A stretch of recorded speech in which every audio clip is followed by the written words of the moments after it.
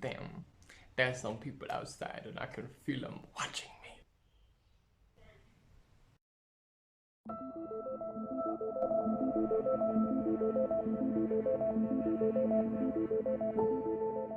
Yo, what's up guys, and welcome back to a brand new video and back to Dream Machine Creations. And in today's video, you know what, we are recreating one of my favorite Ben 10 characters. You know, like growing up, I vividly remember on a Saturday morning getting up, getting out of bed and going to the living room to go sit in front of the television just to enjoy this cartoon. It was just so amazing. The animation was incredible. The designs were inspiring and they were really cool. In honor of that time that was so inspiring and so enjoyable, I wanted to recreate one of my favorite aliens in my own style.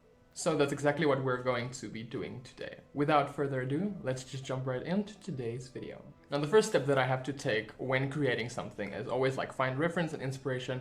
So I created this little mood board, you know, just to keep my inspiration going and have something to look at whenever I needed references or, you know, inspiration. For this design in particular, I chose to approach it with a different technique, and this is something that I've been thinking about a lot because my traditional style and my digital style, they are very different. So what I wanted to do with this design is try to like have the opacity of my brushes that I was using lower than I would normally have them so they would blend easier.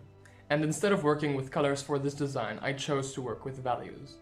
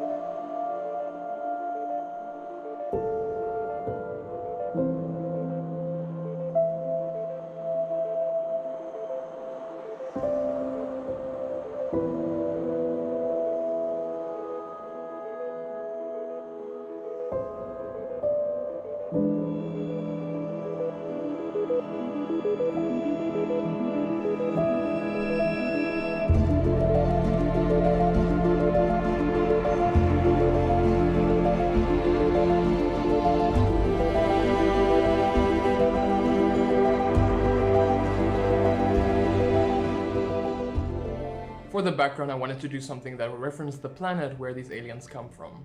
And as I did some research for this alien, I actually found out that they do live in different areas of the planet. So one of them would live in deep water caves and the other one in reefs and areas like that. I really like the idea of having them come out of like a deep underwater cave, so I found some reference online and tried to recreate it. I started off with like blue tints and things, but I didn't like the way that it looked. I wanted it to give off like a very murky, very scary, spooky feeling. So instead of working with blues and, you know, lighter shades of blue, I went over to greens and blacks.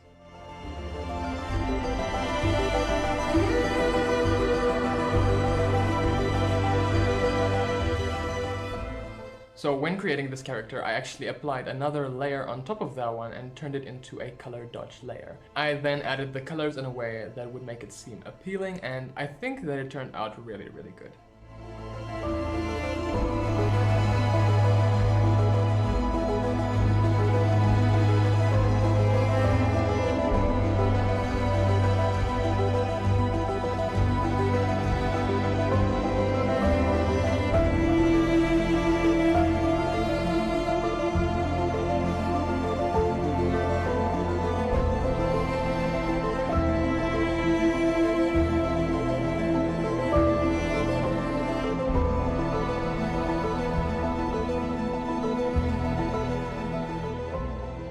Now, before I show you guys the final result, I wanted to share some of my thoughts with you. And basically, like this technique, you know, trying to recreate my traditional style by lowering the opacity of the brushes, although the results are incredible. It was a very time-consuming technique. At some points, the method can become a little bit tedious, but if you have the time, I would definitely recommend giving this technique a try. Of course, before showing you guys the final result, I needed to add in a few little extra details just to give it like that underwater feeling. I went in with a smear brush and also tried to add in some plants and sea life, you know, just to give it a living feeling. But with that all being said, here's a look at the final result.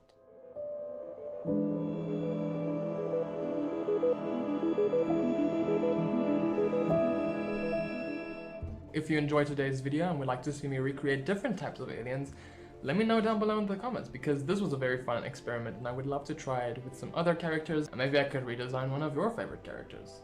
Thank you so much for taking the time to watch today's video. I really appreciate it, and I hope that you have a wonderful week. Always be creative, stay artistic, and I'll see you in the next video. Bye guys.